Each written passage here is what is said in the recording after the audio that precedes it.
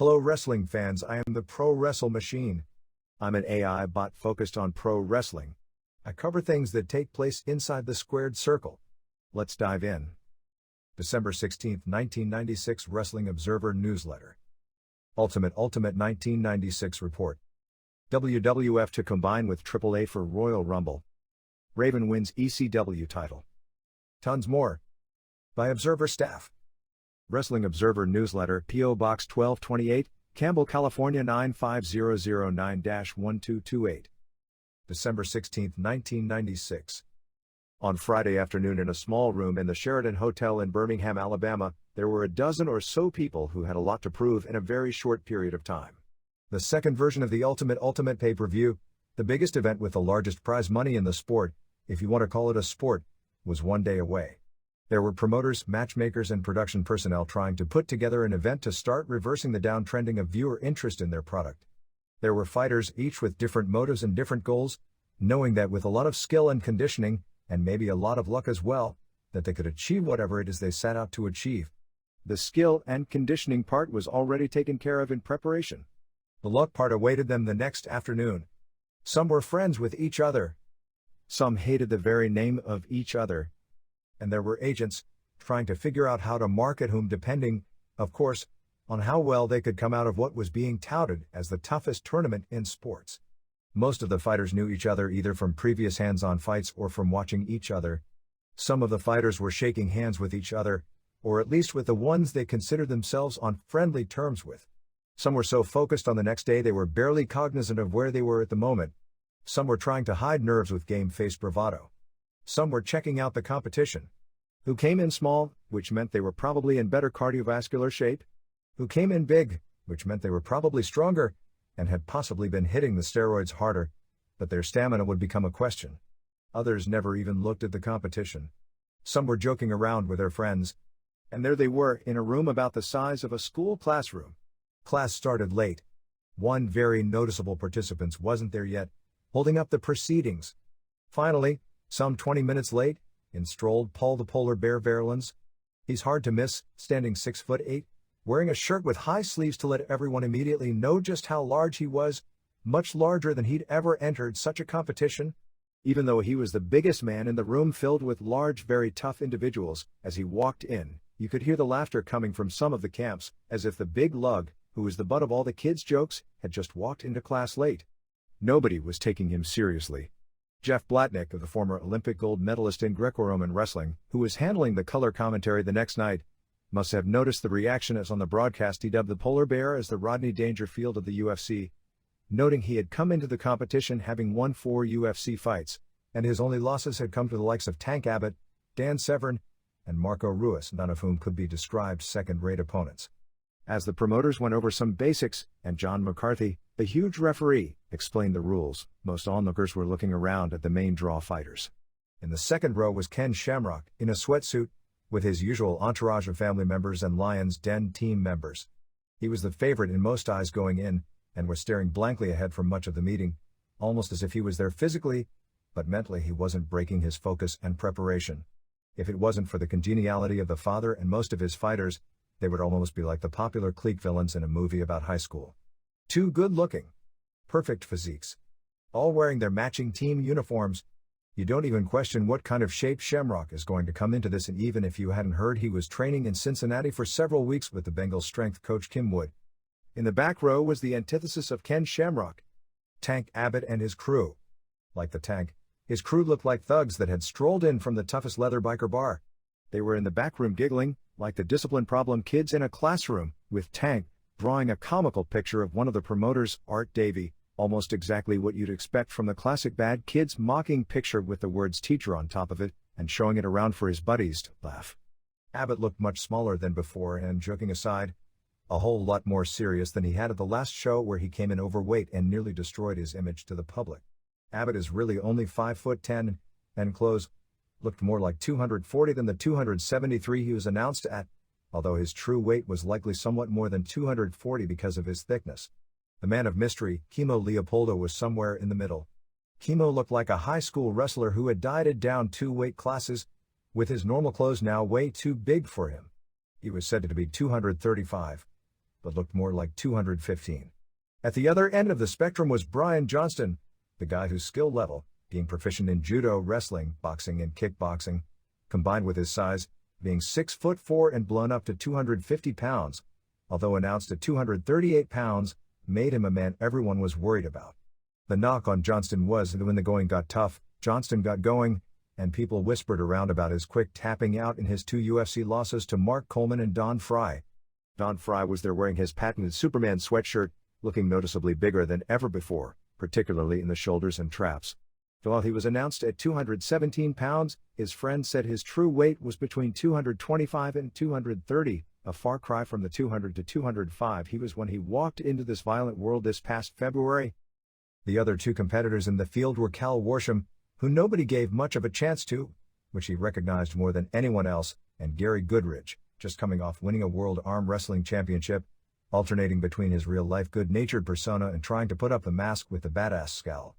McCarthy went over the new rules. UFC has had a rule regarding kicking. If you wear boots, which help in traction for wrestlers, you can't kick. However, they were allowing kicking shoes for the first time, and if you were wearing a kicking shoe, you could kick when an opponent has 1 or 2 points of balance. In other words, if he's standing upright, you can kick him. If any other part of his body is touching the ground, you can't. If he's got 1 hand and 1 foot on the ground, he can be kicked. McCarthy was asked what if the guy is on his knees, and he explained, feet and knees on the ground is 4 points of balance, so he can't be kicked. One competitor then asked what if he was only on his knees and his feet weren't on the ground. McCarthy said if a guy is balancing on his knees and trying to be a ballerina, then kick him as hard as you can. They went over the rule regarding usage of the fence. McCarthy said you could use the fence as an offensive weapon, for leverage in helping doing moves, but you can't use the fence to stall, or he'd break it up and restart. The time limits were then announced, first round matches being a 12 minutes time limit with 3 minutes overtime, the same for the semifinals, and the championship match would be a 15 minutes time limit with 2 3 minutes overtimes. There was a noticeable pop from Abbott's crew about the shortened time limits, thinking it was to his advantage because in practice he was said to be able to throw punches for 20 minutes straight.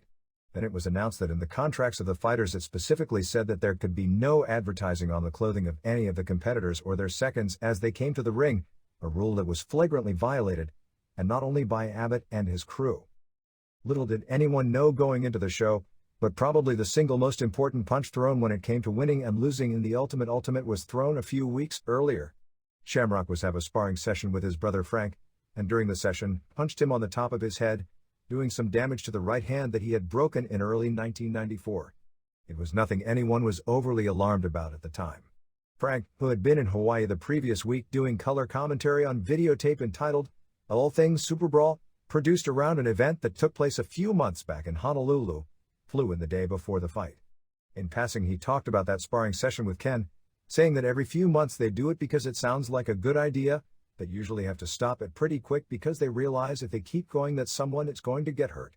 After getting to the hotel, he went to visit his brother, basically locked in solitary confinement in his room watching movies like Braveheart and Rocky IV, who answered the door, said hi, and then slammed the door in his face.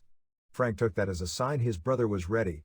He didn't know that the next Shamrock to get into a fight wasn't going to be the next day, and it wasn't going to be his brother. The winner of the Ultimate was to face Dan Severn to unify the championships on the February 7th pay-per-view show. Severn arrived Friday afternoon and was in the rare position of simply being a bystander with no pressure on him at the press conference. The promoters wanted Severn in the tournament from the beginning, wanting to make it truly the Ultimate. Severn refused, basically saying that he didn't want to fight 3 guys on steroids in one night, but offered to fight the winner and said he was willing to do the tournament if the promotion tested for steroids. He knew they wouldn't, but said they addressed with subject with him and talked about the problem long enough to at least make him feel important before not doing anything. Severn has been circling the globe the past few months doing works and shoots and occasional combinations thereof. In one case, he went for a shoot and didn't find out until the night before the show when he got a call in his hotel room that the promoters wanted it to be a work as they had to promise his opponent that he wouldn't get hurt to get him not to cancel the match at the last minute.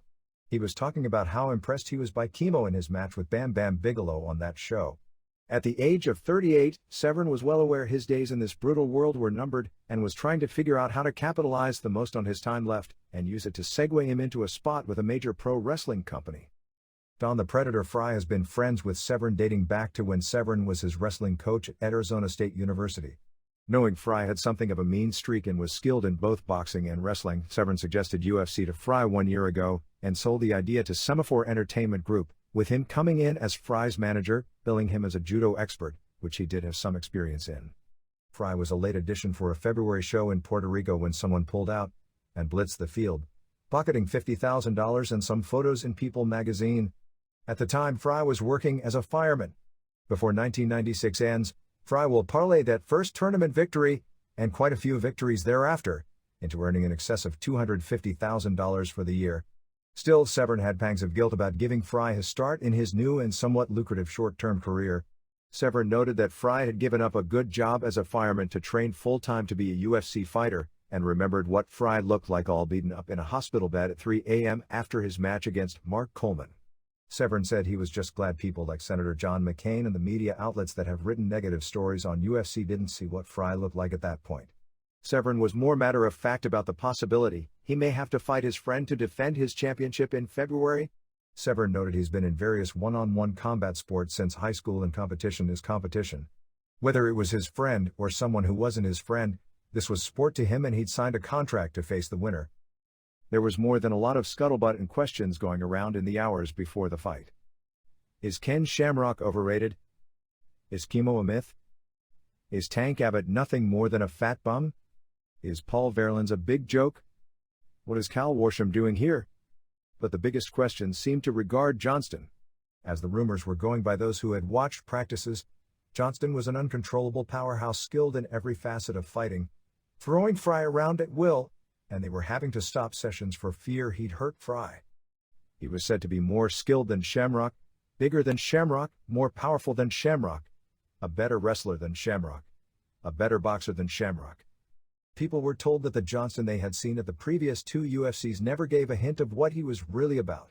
Despite going from 222 to 250 in a period of a few months, his friends in San Jose said his stamina was unbelievable.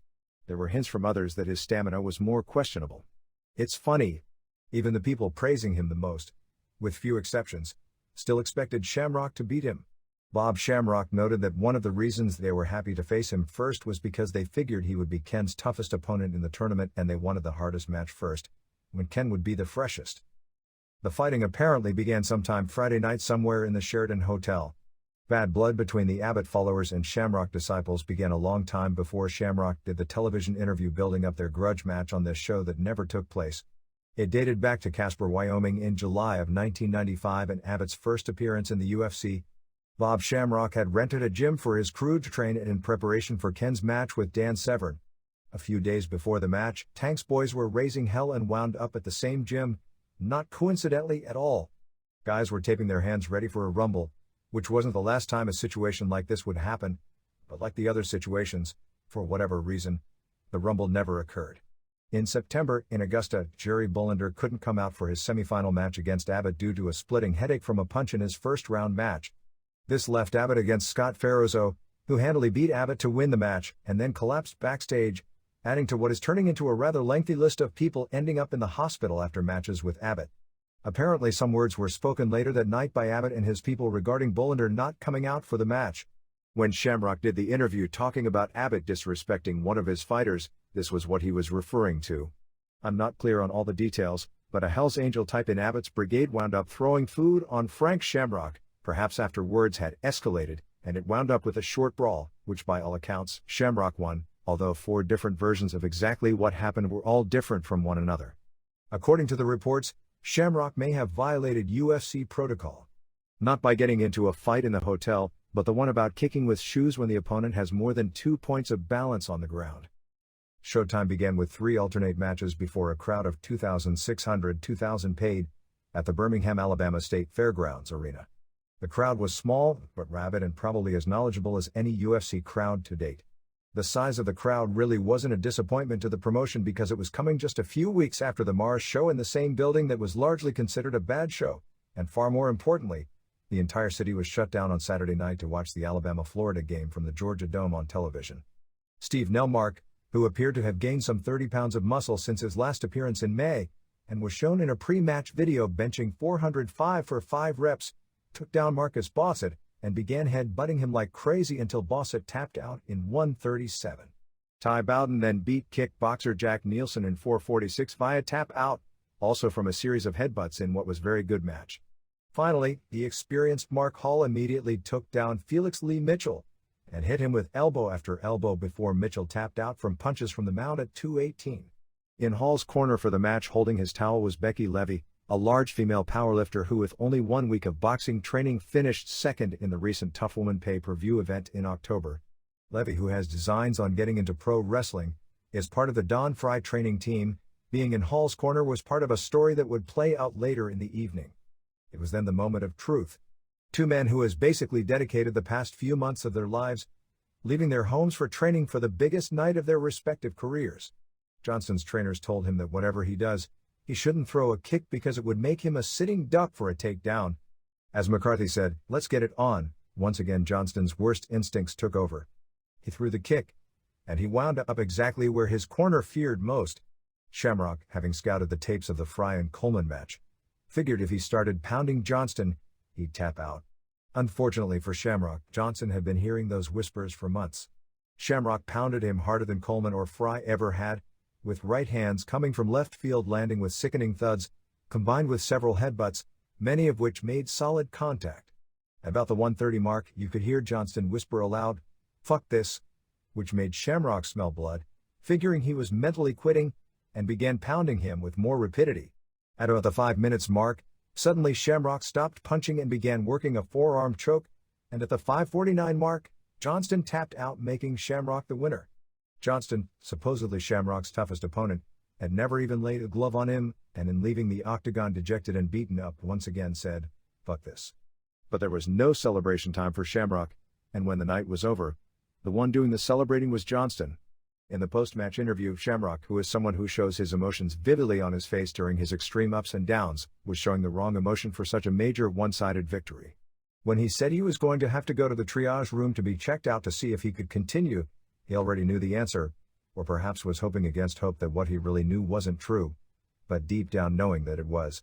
His hand was swollen, probably broken, and what he had dedicated the last few months of his life to accomplishing wasn't going to happen. Fry had beaten Goodridge before, if you gave Goodridge any kind of a chance to avenge that defeat. The two were on their feet basically doing a closed-quarters boxing match by the octagon. Fry, the better boxer of the two, was having the edge, but both were landing, and there were some strong exchanges. But as time went on, Goodridge was getting noticeably tired. Then the unexpected happened. Goodridge took Fry down and landed on top. Goodridge's being tired hurt his ability to capitalize in that position, and Fry failed a few attempts at arm bars from the bottom. Finally, more out of Goodridge running out of gas than anything else, Fry got a reversal, wound up on top, and was about to rein in the blows. But before Goodridge was even hit once, he recognized the end was seconds away and about to become quite painful and tapped at 11:20. Both men had been in a war. Goodridge was practically dragged out of the ring by his cornerman. Fry didn't look much better, and it didn't look at the time that Fry was going to be able to continue in the tournament. Betting on Chemo versus Tank Abbott looked like a winning play. This would easily have been the best match on most UFC shows. Win or lose, like him or not, nearly every show David Abbott is in, he ends the show being the main topic of conversation. In his first-round match with Cal Worsham, billed as the Street Fighter against the Marine, he lifted the 220-pound martial arts instructor over his head and nearly threw him over the top of the cage. Just before Worsham was about to take flight, he began throwing punches down at Abbott's head and Abbott settled for a monstrous takedown. Worsham was never on his feet again, and basically tapped rather than absorb any more blows at 2:52. Of course his tapping didn't solve his problem, as Abbott threw one more punch in for good measure, although in his defense, he almost surely didn't see the tap and the punch was thrown before McCarthy could alert him to that fact. Worsham, though, must have said something to him about it. Then Abbott gave Worsham a hard shove, which was definitely a late hit, and Ref McCarthy had to get in Worsham's face as Worsham screamed that Abbott should have been disqualified. Abbott was waiting a few feet away readying himself for an impromptu post-match rematch that never transpired. It was time for Chemo to destroy the polar bear. Chemo ran across the ring like a man possessed, exactly as he did 3 weeks earlier when he tore Bam Bam Bigelow to pieces. Only this time he was facing a more experienced foe who had a lot better balance, who was about to turn his presence in the octagon into no laughing matter. Chemo hung onto Verlin's leg like a pit bull, absorbing elbow after elbow to the back of his head. Finally, Chemo gave up the leg to avoid the elbows with all that leverage because of Verlin's height. He attempted a second takedown, but the combination of Verlin's being so big and perhaps Chemo, having dropped so much weight not possessing his usual power, led to Verlin's not going down until he finally landed on top of Chemo. Verlin's threw blow after blow on Chemo, giving him a nice cut on the side of his eye.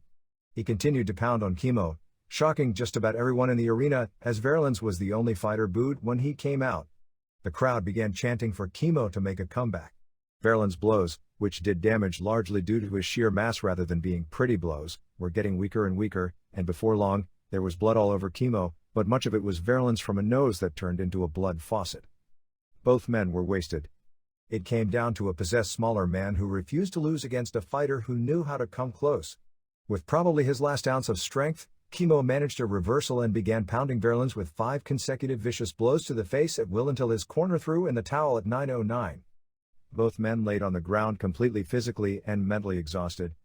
Finally, Chemo got up, but his cornermen had to drag him to the back, where he immediately collapsed and was taken to the hospital from a combination of exhaustion and dehydration. About a minute later, Verlin's was still on his back on the canvas, asking if John, Ref McCarthy, had stopped the match. But the loss was the biggest victory of his career. After all the smirks and the jokes, he had proven that not only did he belong in this field, but that with a little more conditioning, he likely could have upset one of the favorites. It was the toughest first round in the history of the UFC. At this point it was clear that this tournament was not one that would determine who the best fighter in the UFC was, but simply who on this given day was a combination of the gutsiest and luckiest. There wasn't much to the second round. Nelmark, nicknamed the Sandman, came in as an alternate against Abbott. His chance at becoming the real Sandman went up in smoke rather quickly. Abbott did a tremendous early takedown, and then began hammering him with punches against the fence, finishing with one blow that knocked him out cold in 1:05. The way Nelmark collapsed made one think he was going to be added to the already long casualty list, but he appeared to be okay after the match. Fry's semifinal with alternate Hall. The third meeting between the two lasted only 20 seconds before Hall submitted to an ankle lock. Between Fry's post-match interview where he praised Hall as one of the greatest fighters in the world, the ease of the victory at a time where Fry badly needed to conserve energy, the fact that both men have the same business manager, and the fact that Hall's first match corner woman, Levy, was this time Fry's corner woman, brought out a major air of suspicion in some circles with this match and finish. Despite the suspicion, the reality was that it wasn't suspicious in the least, and Hall actually tapped too late and Fry did some serious damage to Hall's ankle with the finisher. That's not to say nothing on this show was a work. What followed at this point was a Bruce Beck interview with Scott Ferozzo, which looked to be both men's television audition for the WWF or WCW. It was a total pre-planned pro wrestling segment, where Ferozzo complained about not being in the tournament, that he demanded to be in the next pay-per-view, and basically did a heel pro wrestling interview better than 80% of today's wrestlers. Beck did shtick with him, riling him up by pointing out that Bolander had beaten him in the past. This was followed by a lengthy video segment designed to get Severn over to build him up as the champion defending his title on the next show. However, the following interview with Shamrock, where he challenged Abbott to a match, was not only not worked at all, but done without anyone in Semaphore Entertainment Group's knowledge. Just minutes earlier they had come in and asked Shamrock if he was willing to do an interview. Shamrock agreed and asked if he could say what he wanted, and without asking what it was, event producer David Isaacs said Shamrock could say whatever he wanted. As Shamrock did his Abbott promo, the impact of which was somewhat deflated by interviewer Tony Blauer freezing and stopping the promo just as Shamrock was getting started, word got around to Abbott's people what was being said, since Abbott was literally 15 feet away behind a curtain. Seconds after the interview ended, there was yet another confrontation backstage, with Dave Thomas of Abbott's entourage yelling to get it on, and Shamrock yelling about the next time he breaks his hand it'll be on Abbott's head, but cooler heads prevailed. It was championship match time. Fry, still feeling the effects of his tough match with Goodridge against Abbott, fresh as a daisy from 2 pulverizing victories. Abbott decked Fry on the first punch, but Fry got up and went toe-to-toe. One of Fry's first punches cracked Abbott's head, but resulted in Fry breaking his hand. Every punch by Abbott rocked Fry, whose face was spewing blood from several openings just seconds into the match. Fry wasn't backing down, but every punch Abbott landed, which were many, was rocking his world. But as it turned out, it was Abbott, not Fry, whose luck was bad. While lunging for Fry, Abbott slipped and fell down. Before Abbott could get back up, Fry was on his back, first trying an arm lock, then a choke. Before finally taming the tiger with a choke, getting the tap in 1:20. Fry thanked everyone in sight, practically going back to grade school, and brought up having to fight his former coach. His former coach was backstage, watching it on the monitor, going crazy himself seeing his pupil do what he was unable to do in Ultimate in forcing the one individual in UFC that he truly personally dislikes to tap the mat. His emotions went up from the thrilling victory in the most exciting short match in UFC history, back to the realization that the last match he wanted was the one he was apparently going to get. Leaving the octagon, Ferozzo, who spent the entire show trying to build up his own badass character, was so overcome by the emotion of the finish that he blew his character and began crying, later saying it was the second proudest moment on his life seeing his friend and trainer Fry choke out Abbott. Abbott, in a fashion that any pro wrestling promoter would be proud of, lost practically nothing in the way of luster or mystique despite going down so quickly, doing a post-match interview where he appeared totally unmarked and unhurt, laughed about his loss, blaming it on slipping, and appeared fresh as a daisy once again and talked of going out that night drinking a few cocktails and looking for a street fight, a remark that evidently several people were taking seriously. Abbott appeared to be through a few months back, but now he was back, stronger than ever even in defeat. After all, Abbott could now add Fry to the list of people who ended going to the hospital after beating him. The Dan Severn vs. Don Fry match stayed on the boards only a few minutes, before the realization that Fry's broken hand would require a pin to reset, and he wouldn't be ready to fight by February 7th. Coleman, who was supposed to be in the super heavyweight tournament, was being talked of as the best potential replacement. Shamrock wouldn't be ready by then either. His conclusion from the events of the night is that he has the strength and the skill, but he doesn't have the bone structure to fight 3 times in one night. He said it's time to leave things like tournaments to people like his younger brother and very dejected, resigned himself to the fact that his critics who said he could never win a tournament were going to end up being right. Everyone knew that Shamrock had the marketability. He confirmed to anyone still skeptical that he had the ability. The only problem was, on this night he didn't have the durability, and he himself was the first to come to that conclusion minutes after his fight. But he had no plans to stop fighting, and within days was already making plans for his comeback, probably in May. He still talked about retiring, but said that he has to keep fighting because he has to prove 2 things to himself, and to satisfy himself he has to beat Severn and Abbott.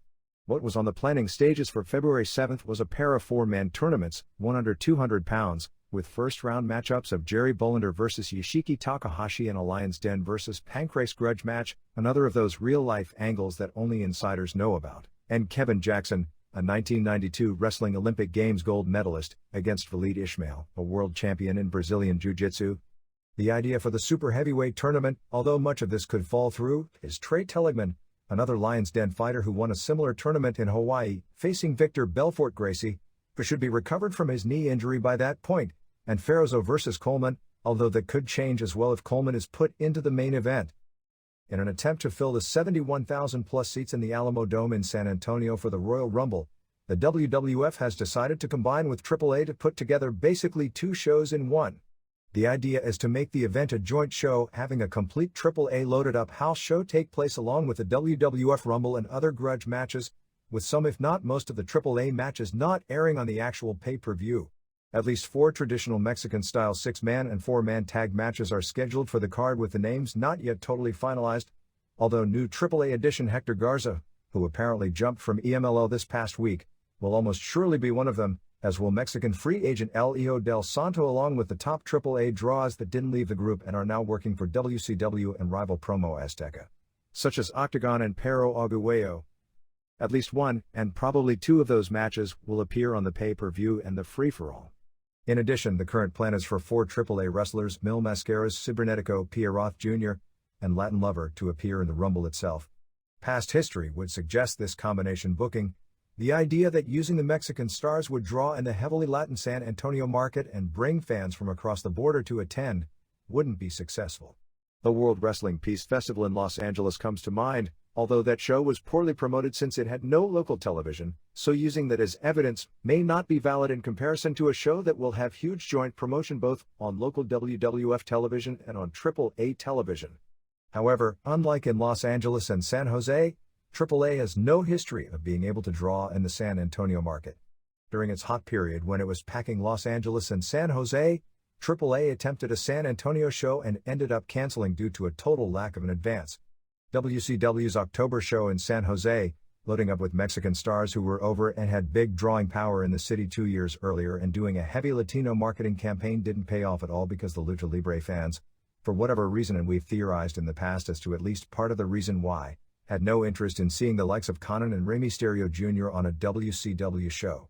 But those events had nothing comparable to the kind of high-profile event and marketing push this show will have in localized national storyline of hometown wrestler Shawn Michaels and hometown legend Jose Lothario uniting for the last time to challenge for the WWF heavyweight title.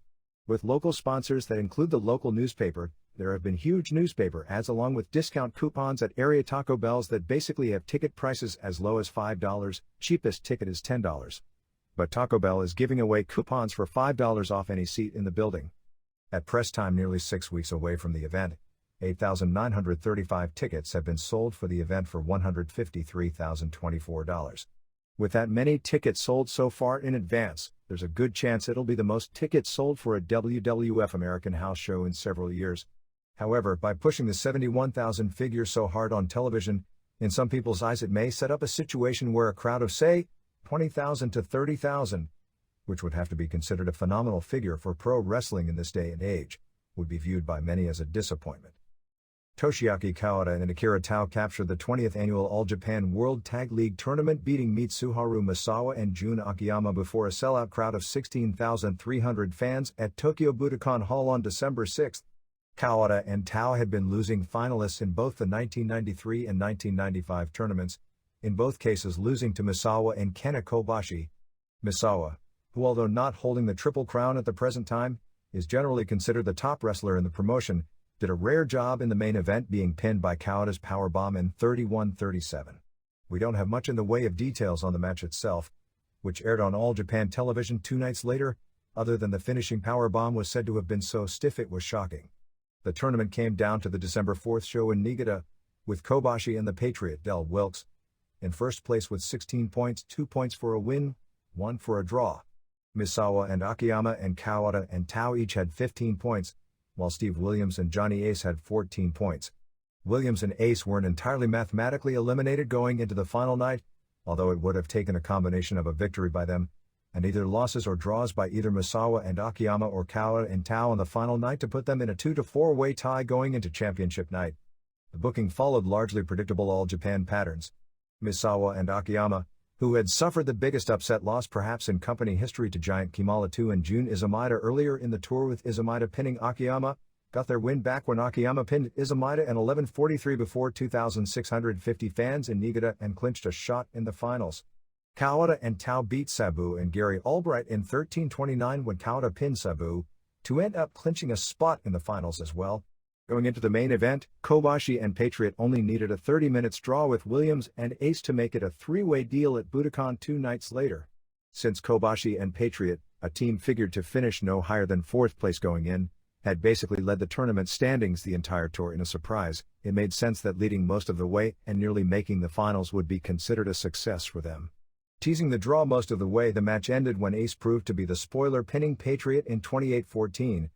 Leaving both teams in a tie for 3rd place in the tournament standings. The final standings were: 1. Kawada and Tao 9-3-1, 19 points 2. Misawa and Akiyama 8-4-1, 17 points 3. Williams and Ace 7-3-2 and Kobashi and Patriot 8-4-0, 16 points 5. Albright and Sabu Izumida and Kimala 2 and Stan Hansen and Takao Omori all tied with 3-9 records and 6 points. Raven Scott Levy captured the ECW heavyweight title at the December 7th ECW Arena show in Philadelphia by pinning Sandman, James Fullington, in 17:39 before the usual packed house estimated at about 1,150. The bloody barbed wire match, described as bloody as hell and very good, ended when Raven was supposed to piledrive Sandman through a table. However, the table broke prematurely, which actually happened several times on the show previously and helped ruin a Sabu vs. Perry Saturn match. Raven then placed part of the broken table upright and DDT'd Sandman onto the broken table and scored the pin, in a match that featured none of the typical loads of outside interference that are usual in matches between the two. All Japan Women held its year-end spectacular on December 8 at Tokyo Sumo Hall, and despite the competition of a K1 show on network television going head-to-head, drew a legitimate sellout of 10,500 to see Kyoko Inoue capture the WWWA title for the first time, pinning Manami Toyota in 24:52. The finish saw Inoue invent a new move to Japan, which from the sounds of things would be somewhat similar to the Death Valley Driver move used by both Atsuko Mita in this promotion and Louis Spicolli in ECW. It's actually a reversal, as it started with Toyota on Inoue's shoulders in a torture rack position as opposed to an airplane spin position, and then being dropped into the powerbomb type maneuver, which was said to have looked very dangerous. After the match, Inoue challenged her namesake Takako Inoue, who holds both the All-Pacific and IWA women's titles in the promotion, for a unification match on the first major show of 1997 to create this promotion's own version of the Triple Crown. Complete results of the show saw: 1. Momoe Nakanishi captured the 1996 Rookie of the Year award in the tournament finals, pinning Miho Wakizawa in 5:06. Nakanishi is 16 years old. It is really scary to read about an active pro wrestler whose birthday is in 1980, and it's got to make a lot of people feel real old. 2. Tomoko Kuzumi of the JWP promotion and Emi Motokawa, who is affiliated with the currently defunct IWA promotion, teamed to beat All Japan Prelim wrestles Tenny Mouth and Genki Misae when Kuzumi pinned Mouth in 15:38. 3. Chiquita Azteca and Pequeña Azteca, Esther and Alda Moreno from Mexico, and the JD promotion in Japan, teamed with Bloody Phoenix of JD to beat the AJW underneath trio of Yuka Shina and Yumi Fukawa and Yoshiko Tamura in 13:31. 4. Ritamata retained her All Japan Women's Championship, pinning Chikako Shiratori of the JD office in 10:27 with a Dragon Suplex. 5. Shaparita Asari retained the WWWA Super Lightweight Championship, beating JWP's Fuseo Naochi in 14:34. 6. In the first of a series of 4 consecutive shoot matches, under kickboxing rules, Yoko Takahashi of the JD promotion beat Saya Endo of AJW via a decision after the two went 3 3-minute rounds. 7. In another shoot kickboxing rules match, Kumiko Makawa of AJW beat Aya Mitsui, a non-pro wrestler who is trained in kickboxing, via decision after 3 3-minute rounds. 8. In a Valley Tudo rules match, Kaoru Ito of AJW defeated a woman we only know as Malitza in 51 seconds with a armbreaker. 9. In a Valley Tudo rematch of the finals of the tournament this past August, Russian judo player Rosina Elena once again defeated AJW's Yumiko Hata in 4:29 with an armbreaker submission. 10. Reggie Bennett and Tomoko Watanabe and Nakanishi beat Mima Shimoda and Toshio Yamada and Atsuko Mita when Watanabe surprisingly pinned Shimoda in 18:46. 11.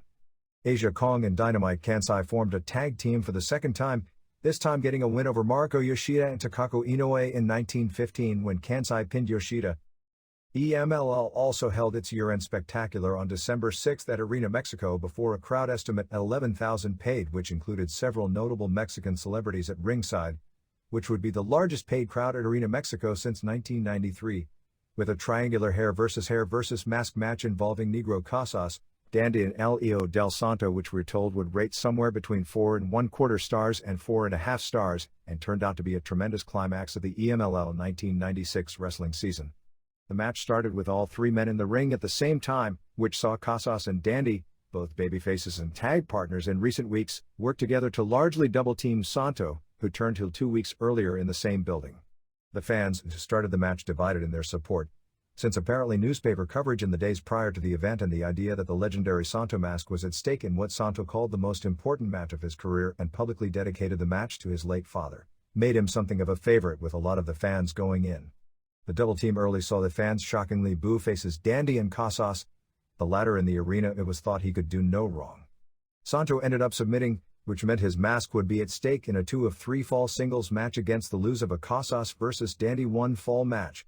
Ricky Casas spent most of the match working on Dandy's leg, beating him rather quickly with a combination of a lariat and scorpion deathlock. The Santo vs. Dandy match double bloodbath match ended with Santo winning via submission in the 3rd fall to La Caballo, the camel clutch.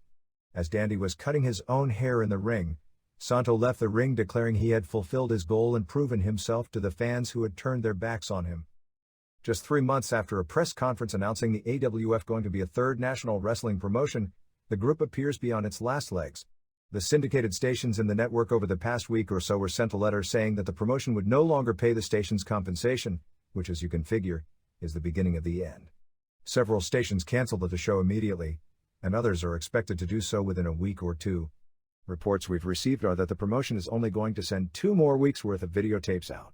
In addition, the scheduled television taping on December 15th in Las Vegas has been cancelled and the long-talked-about house show tour is out the window. Results.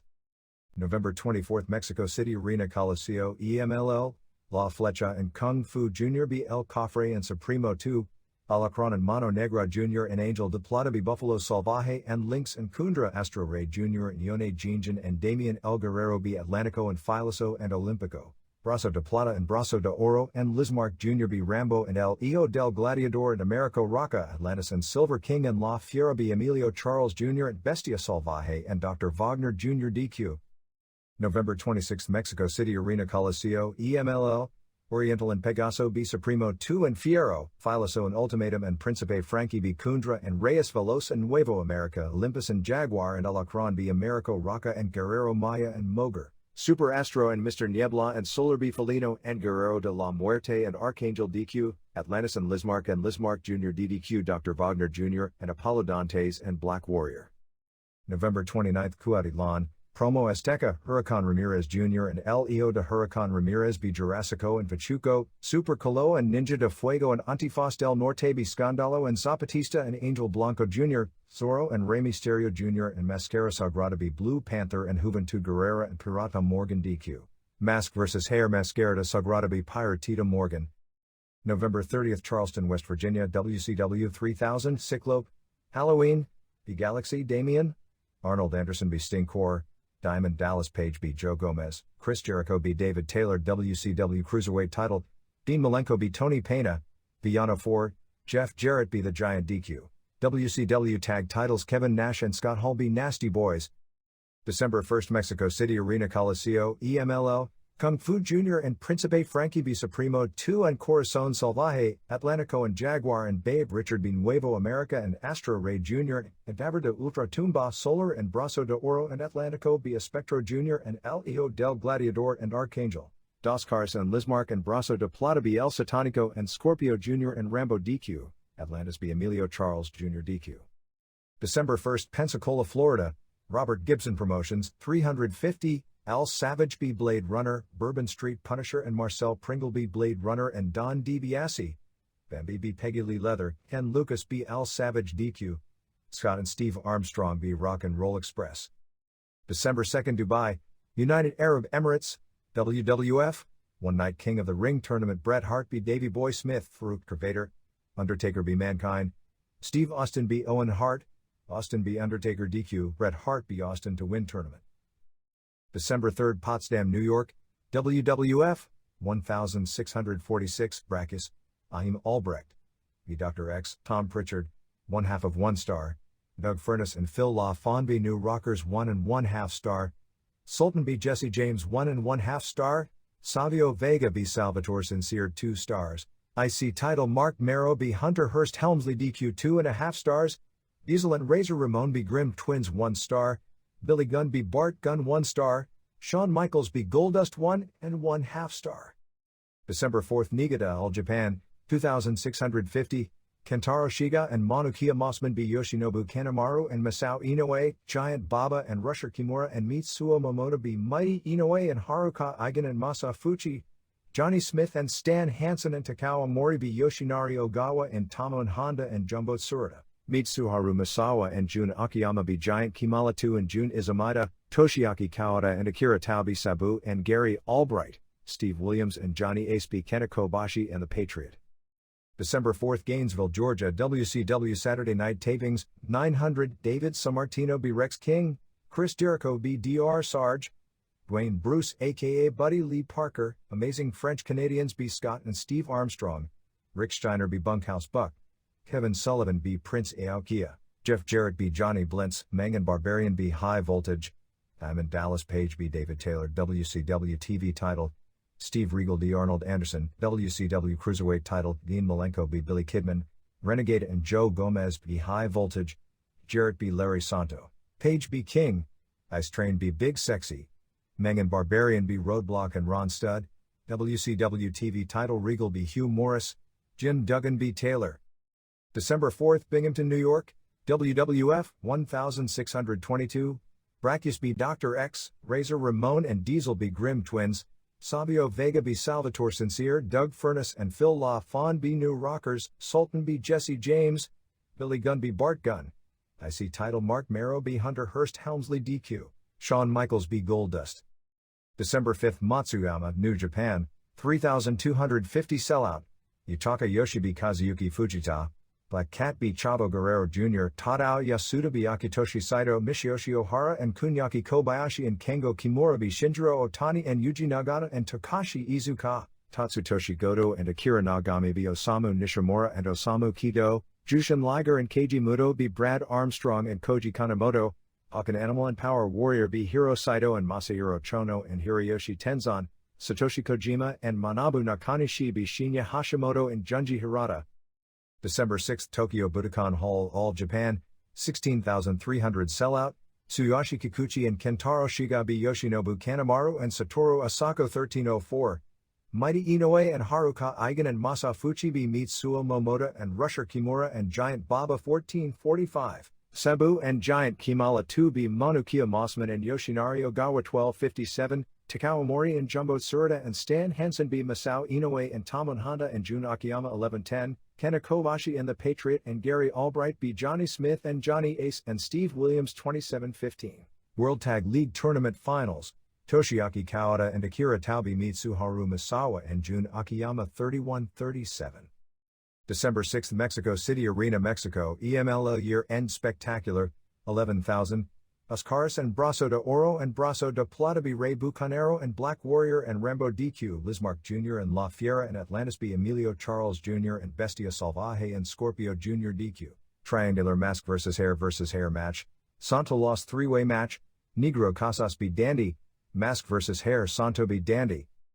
December 6 Tokushima New Japan 2000, Yutaka Yoshi and Osamu Nishimura B. Kazuyuki Fujita and Takashi Iizuka, Kunyaki Kobayashi B. Norio Onaga, Koji Kanemoto B. Chavo Guerrero Jr., Brad Armstrong B. Shinjiro Otani, Osamu Kido and Kazuo Yamazaki B. Yuji Nagata and Tadao Yasuda, Hawken Animal and Power Warrior B. Akira Nagami and Tatsutoshi Goto and Kengo Kimura, Keiji Muto and Manabu Nakanishi B. Akitoshi Saito and Michiyoshi Ohara, Hiro Saito and Hiroyoshi Tenzan and Masahiro Chono B. Satoshi Kojima and Jushin Liger, and Shinya Hashimoto. December 6 Jim Thorpe, Pennsylvania, ECW, 250, Axel Rutten B. GQ Gorgeous, Spike Dudley B. Little Guido, Bubba Ray Dudley B. Devon Storm, Stevie Richards B. David Jericho, Brian Lee B. Louis Spicoli, Pitbull No. 2 B. D. Von Dudley, ECW TV title Shane Douglas B. Tommy Dreamer, Gangstas and Sandman B. Eliminators and Raven. December 6 Netsuwal Coyote, Triple A, Century 2000 and Flying B. Macho I and Angel Satanico, Adrian L. Exotico and My Flowers and Cassandro B. Shogun and Principe Maya and Kid Guzman, Espectrito I and Minnie the Killer and Minnie Psicosis B. Torito and Mascarada Sagrada Jr., and La Parquita DQ. Octagon and Los Chivas Rayadas 1 and 2 B. Nitty and Gallo and Al Capone DQ, Tinieblas Jr. and Tinieblas and Latin Lover and Heavy Metal B. La Calaca, La Parca Jr. aka Icarus La Momia, and Yeti and Pierroth Jr. and Fuerza Guerrera DQ. December 6 Chino FMW 1250, Katsutoshi Niyama B. Mamoru Okamoto, Super Leather B. Ricky Fuji Shark Tsuchiya and Crusher Maidamari B. Ri and Megumi Kudo, Hayabusa and Koji Nakagawa B. Winger Dragon and Hideki Hasaka, The Gladiator and Hisakatsu Oya and Headhunters B. Mr. Pogo and Masato Tanaka and Tetsuhiro Kuroda and Gasaku Goshigawara, Street Fight Wing Kanemura B. Crypt Keeper. December 6 Hamamatsu Michinoku Pro 660, Wellington Wilkins Jr. B. Yoshito Sugimoto, Lenny Lane B. Grand Naniwa, Vampiro Kanadiense and Super Delphin B. Taka Michinoku and Shoichi Funaki, Jinsei Shinzaki B. Lenny Lane, Shiryu and Men's Teo and Dick Togo B. Masato Yakashiji and Grand Hamada and Great Sasuke. December 6 Chelsea, Massachusetts, Century Wrestling Alliance 350, El Mascarado, Bert Centeno, B. Tombstone DQ, Maverick Wild B. Jose Valenzuela, Curtis Slamdog B. Mercenary, Rick Fuller B. Danny Justice, Tony Rumble B. Muhammad Hussein, Lou Fabiano, DQ, Joel Davis B. Singapore Slayer, Pink Assassin B. Paul Zine, Vic Steamboat B. Knuckles Nelson DQ, Colt Majors B. Prankster, Dungeon Master B. Tony Atlas. December 6 Queens, New York, Ultimate Championship Wrestling 70, Shark Attack Kid B. Paul Loria, Tatanka B. King Kong Bundy Core, Jesse and Doc Havoc B. Blitzkrieg and Crazy Ivan, Jimmy Deranged B. Kamikaze Kid, Tommy Cairo be Andre Baker Core, Falcon Kopiris Kerr Jim Neidhart, Black Sheep and Pharaoh be Chucky and Teddy Reed and Samoan Gangstas, in a triangle match, Tiger Khan be Mike Norman. December 7th Philadelphia ECW Arena, ECW 1150 sellout, Spike and Bubba Ray Dudley be Davey Pisano, David Jericho and Little Guido Balls Mahoney, John Rickner aka Boo Bradley, Big Devon Storm, Gary Albright be Rick Rage, Brian Lee be Louis Piccoli, Taz be Rob Van Dam, ECW tag titles, Gangstas be Devon Dudley and Axel Rotten, Shane Douglas and Francine be Tommy Dreamer and Beulah McGillicuddy, Sabu be Perry Saturn, barbed wire match for ECW title Raven be Sandman to win title.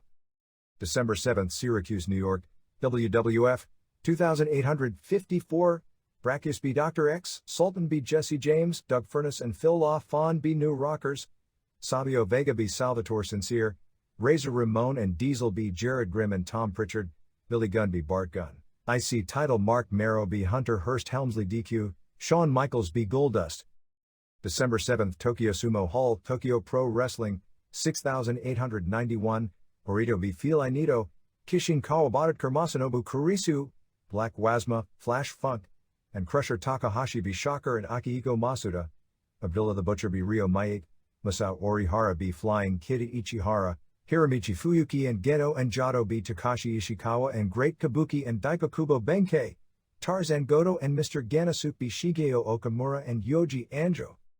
December 7th Okayama, New Japan, 3330, Akitoshi Saito and Kunyaki Kobayashi be Kazuyuki Fujita and Yuji Nagata, Akira Nagami be Yutake Yoshi, Brad Armstrong be Chavo Guerrero Jr., Michiyoshi Ohara and Tatsutoshi Goto be Black Cat and Osamu Kido, Kengo Kimura be Hiro Saito, Shinjiro Otani and Koji Kanemoto be Jushin Liger and Norio Onaga, Takashi Izuka and Kazuo Yamazaki be Osamu Nishimura and Keiji Muto, Hawk and Animal and Power Warrior be Tadao Yasuda and Junji Hirata and Shinya Hashimoto, Satoshi Kojima and Manabu Nakanishi be Masahiro Chono and Hiroyoshi Tenzan.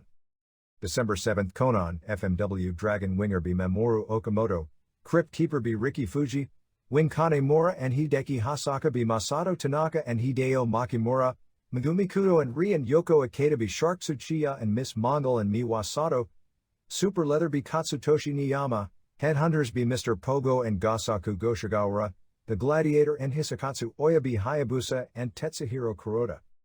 December 7th Minakamo, Michinoku Pro, 700 Tiger Mask be Naohiro Hoshikawa, Wellington Wilkins Jr. be Lenny Lane, Shinsei Shinzaki be Grand Naniwa, Grand Hamada be Taka Michinoku DQ, Michinoku and Shoichi Funaki and Shiryu and Men's Teo and Dick Togo be Hamada and Masato Yakashiji and Vampiro Canadiense and Super Delphin and Great Sasuke. December 7th Bayonne, New Jersey, USA Pro Wrestling, Jason Knight D. Larry Briscoe, Cousin Luke be HD Rider, Smoking Joe be Metal Maniac, Tommy Cairo be Derek Domino, Demolition Axe be Mike Sharp, Bushwhackers be Masked Assassins, Tito Santana be Bob Orton. December 7th Mount Holly, New Jersey, NWA, 500 Sellout, Beach Bully be Billy Reed, Don Montoya be Rick Ratchet, Reckless Youth be Dave Keller, Gus the Greek be Rocco Dorsey, Greg Martini be Frankie Burns, Lost Boys be Downward Spiral to win NWA US Tag Titles, Icon be Psychotron, Ace Darling be Mr. Puerto Rico. December 7th Warren, Michigan, Championship Wrestling Federation, 200, Pierre-Francois be Briar Wellington, Larry Destiny be Roughhouse Rob, Rico Rodriguez be Bobby Clancy, Johnny Paradise be Otis Apollo, Judge Dredd DDQ Killer Canarek, Outlaws and Rodriguez and Calavera Cortez be Cold Brothers and Total Annihilation, Cortez NC Skull Gans, Death Dealer be Nighthawk. December 7th Brooklyn, New York, Ultimate Championship Wrestling, 50, Pharaoh and Black Sheep be Guillotine Legrand and Kamikaze Kid, Matty Smalls, Matthew Anoya, Kerr Teddy Reed, Jimmy Deranged be Mike Norman, Chucky be Tiger Khan DQ, Shark Attack Kid be Paul Loria, Doc and Jesse Havoc be Blitzkrieg and Crazy Ivan, Falcon Kopiris and Tatanka be Andre Baker and Jim Neidhart. December 8th Tsuyama, New Japan, 2200 Tadao Yasuda be Kazuyuki Fujita, Chavo Guerrero Jr. be Black Cat, Hiro Saito be Yuji Nagata, Brad Armstrong and Jushin Liger be Yutaka Yoshi and Koji Kanemoto, Masahiro Chono and Hiroyoshi Tenzan be Akira Nagami and Kunyaki Kobayashi, Satoshi Kojima and Manabu Nakanishi and Keiji Muto be Hawk and Animal and Power Warrior, Tatsumi Fujinami and Kengo Kimura be Kazuo Yamazaki and Takashi Iizuka, Osamu Nishimura and Junji Hirata and Shinya Hashimoto be Akitoshi Saito and Michiyoshi Ohara and Tatsutoshi Goto. December 8 Diyasu, FMW, Hideo Makimura be Mamoru Okamoto, Miss Mongol be Yoko Ikeda, Katsutoshi Niyama be Riki Fuji, Super Leather and the Gladiator be Dragon Winger and Wing Kanemura, Crusher Matamari and Shark Tsuchiya be Ri and Megumi Kudo, Hayabusa be Hideki Hasaka, Crypt Keeper and Headhunters and Hiskatsu Oya be Gasaku Goshigawara and Tetsuhiro Kuroda and Masato Tanaka and Mr. Pogo. December 8 Yokkaichi, Michinoku Pro 1888 Sellout, Wellington Wilkins Jr. be Masato Yakashiji, Shiryu be Tiger Mask Corps, Super Delphin be Naohiro Hoshikawa, Jinsei Shinzaki be Vampiro Kanadiense Taka Michinoku and Men's Teo and Dick Togo be Grand Naniwa and Grand Hamada and Great Sasuke. December 8 Tokyo, JWP, 500 Mayumi Ozaki be Rieko Amano, Sugar Sato and Amano be Chikeo Nagashima and Ozaki, Kanako Matoya and Commando Borshoy and Plum Mariko and Cutie Suzuki be Nagashima and Sato and Amano and Ozaki, Street Fight Amano and Ozaki be Mariko and Suzuki. December 8 Woodbridge, Virginia, Indiana, Corporal Punishment be Earl the Pearl, Axel Rotten and Chris Stevenson, Freaks of Nature, Headbangers, be Q Ball Carmichael and Sean Powers and Dark Rebel and Glenn Osborne, Steve Corino be Joey Matthews, Mark Schrader be Ali Amin, Gangstas be Blue Meanie, and Stevie Richards. December 9 Charlotte, North Carolina, WCW Monday Nitro Tapings, 6382, M. Wall Street be Mike Enos, Hugh Morris be Renegade, WCW Cruiserweight title Dean Malenko be Jimmy Graffiti 2 1/4 stars, Meng and Barbarian be Nasty Boys 1 1/4 stars, Chris Jericho be Bobby Eaton, Arnold Anderson be Craig Pittman 1/2 of 1 star, Diamond Dallas Page be Jeff Jarrett 2 3/4 stars. Special thanks to Travis Edgeworth DC, Chambers, David Rude, Scott Hudson, Steve Prozik, Dominic Valenti, Dennis Corluzzo, Paul Sosnowski, Ken Dusay, Chuck Morris, Greg John, Lou Pickney, Steve Dr. Lucha Sims, Danny Deese, Dan Paris, Georgianne Macropolis, James Polson, Dan Curtis, Sarah Moore, Rich Palladino, Kurt Brown, Jesse Money. EMLL. Besides the Santo Dandy Casas match, the other top matches on the December 6th year-end spectacular saw Dos Caras and Brazo de Oro and Brazo de Plata beat Rey Bucanero and Black Warrior and Rambo via DQ, which led by Rambo and Brazo de Plata issuing hair versus hair challenges back and forth, which may become the early year big feud since Rambo has beaten 2 of Porky's brothers in hair matches. In the other top match, Lizmark Jr. and La Fiera and Atlantis beat Emilio Charles Jr. and Bestia Salvaje and Scorpio Jr. via DQ, which ended with Atlantis once again challenging Charles to a mask versus hair. Promo Azteca. The deal with the Vampiro Conan situation is that Vampiro says that whenever he's in public, people bring up what Antonio Pena and Pero Aguayo have said about Conan and that all the fans treat it as if Aguayo is like a god, so if he says it, it must be true, although Vampiro himself knows it's mainly PS since he's trying to build his image for work as both an actor and a singer with a major promotional push by TV Azteca. He believes it's better for him business-wise to feud with Conan and not team with him. The arm tattoo deal is just a minor deal. As expected, Mascara de Sagrada won the mask versus hair match against Piratita Morgan on November 29 in Cuautitlán. Morgan actually scored a third fall pin with an illegal Martinete tombstone piledriver, but the commission at ringside reversed the referee's decision and Morgan was disqualified and lost his hair. After the match, the big guys, Mascara Sagrada and Pirata Morgan, went at it and are now feuding.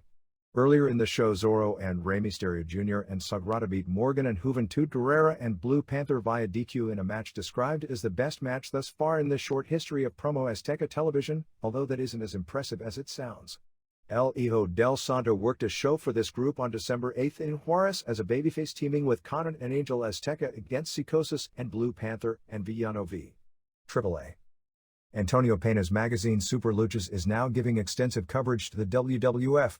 Final major AAA show will be December 14 in Zacatecas. Pena debuted a new heel this weekend called La Calaca, which means something close to the skeleton, which I'd presume would make him kind of a heel version of La Parka.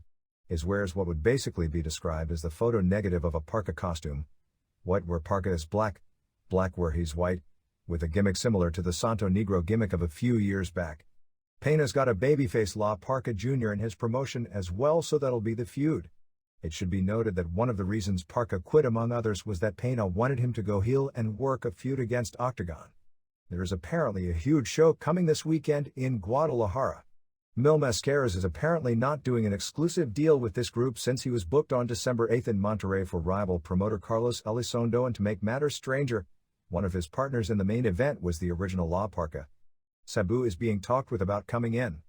Biggest show of the past week was the anniversary card in Nezahualcóyotl on December 6 with Tinieblas and Tinieblas Jr. and heavy metal and Latin lover beating Calaca and Yeti and Fuerza Guerrera and Pierroth Jr. The finish was a DQ when the heels unmasked Tinieblas Jr. after the match. Two fans wearing Pierroth Jr. masks and holding a AAA banner hit the ring. In the ensuing brawl, they were unmasked as Ricky Santana and Dave Sierra, known in Mexico as El Boricua, surprisingly made the save since those two had been foreign heels in all their previous Mexican tours.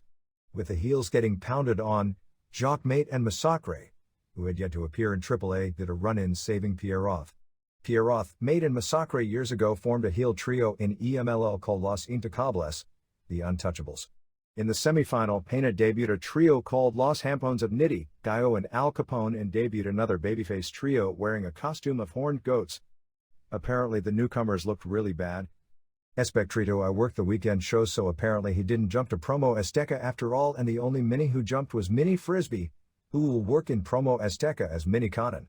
If Pena was able to keep Espectrito, it is a major maneuver because Espectrito, aside from being impressive on his own as the best Mini worker of all time, because he's such a strong and experienced base, is the guy who puts the life into the really tiny minis like Mascarada Sagrada Jr., enabling them to do all those gravitationally defying spots. All Japan. Besides the tag tourney finishing up, there wasn't much in the news.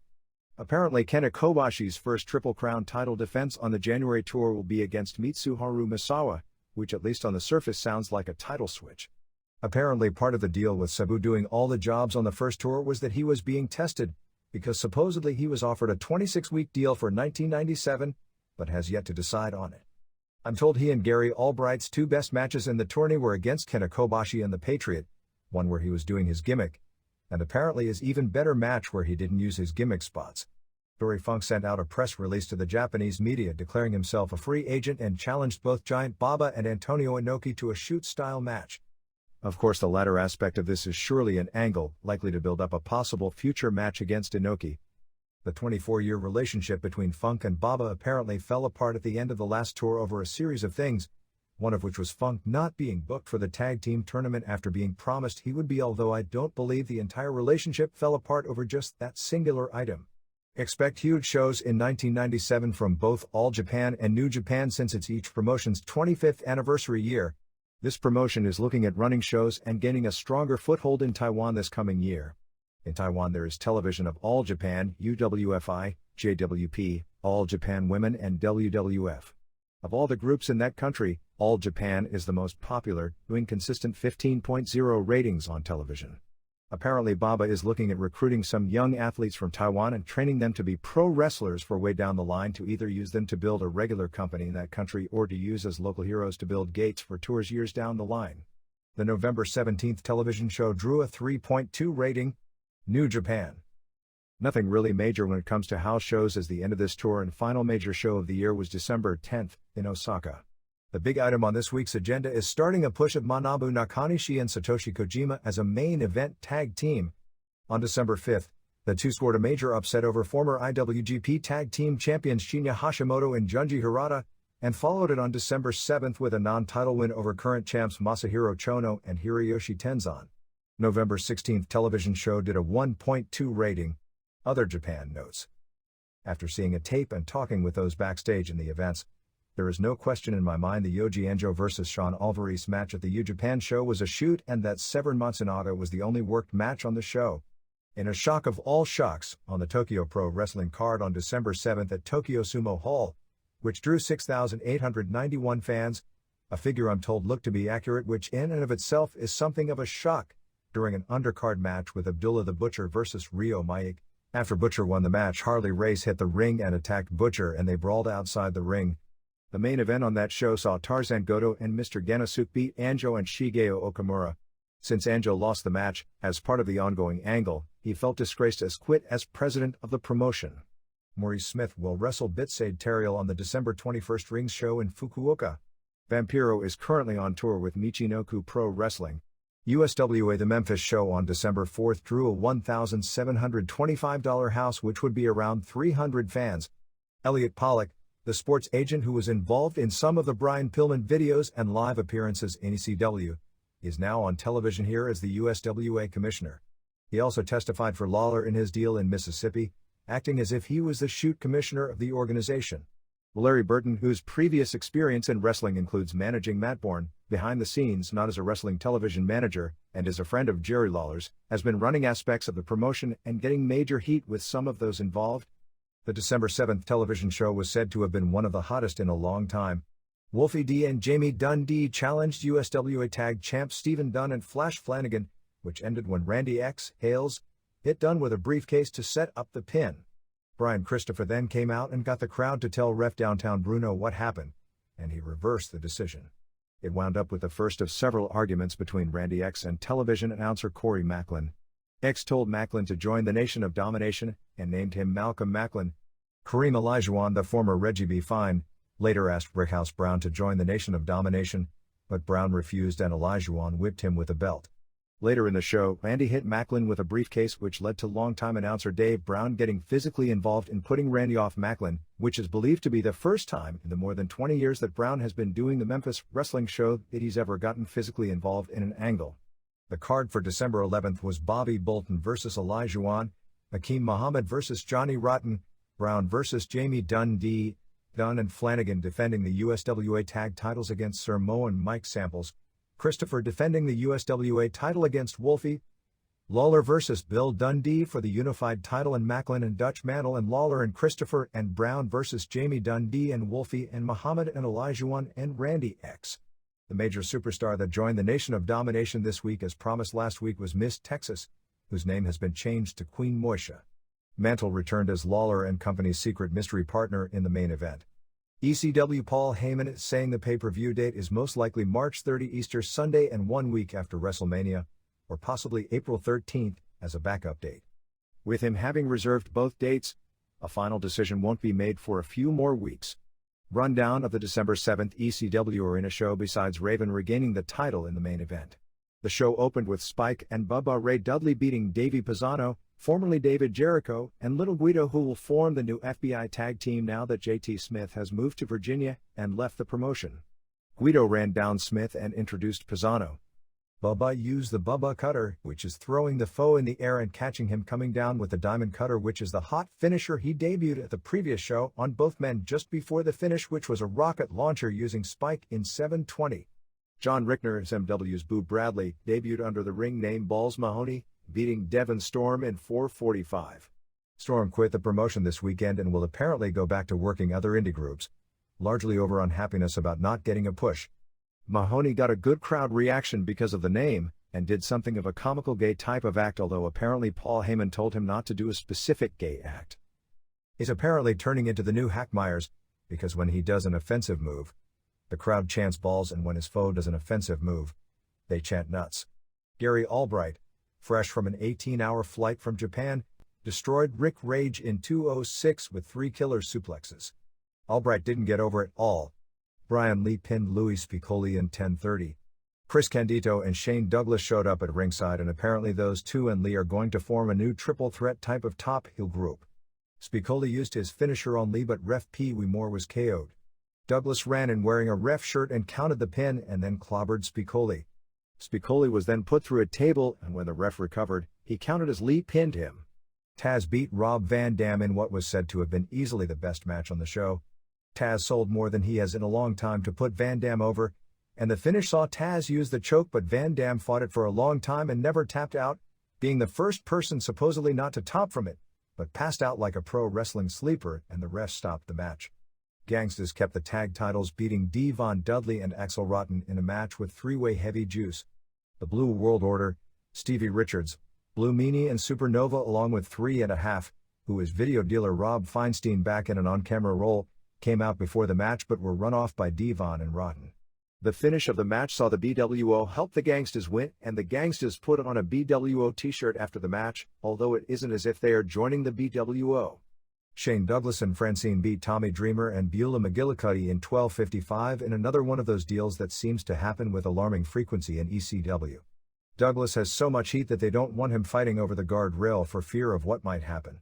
Well, he wound up outside the ring and a fan got in Douglas' face and started mouthing off. I've heard several versions, but a report from someone right there said the fan threw the first punch, another report said the fan made the first move but it was a chair shot. Douglas started attacking the fan. This wasn't an angle.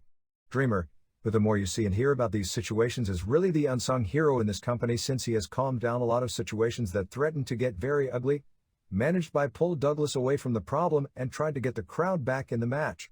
Douglas at this point was furious and broke away. Anyway, according to one report, he went back after the fan and either grabbed the wrong fan and threw him down and started pounding him until Dreamer again pulled him away and tried to get the match going, or according to the promotion that this second fan clocked him with a bottle, which is why he attacked the second fan. Both Douglas and Francine wound up legit injured, as Dreamer went for a chair shot to the knee, but instead they had a timing problem and cracked him in the ankle, which turned heavily black and blue. Francine appeared to suffer some sort of a leg injury, possibly a torn hamstring. Finish of the match saw Douglas pin Beulah using a belly-to-belly suplex. A jet-lagged Sabu pinned Perry Saturn in 1937 of a match universally described as horrible.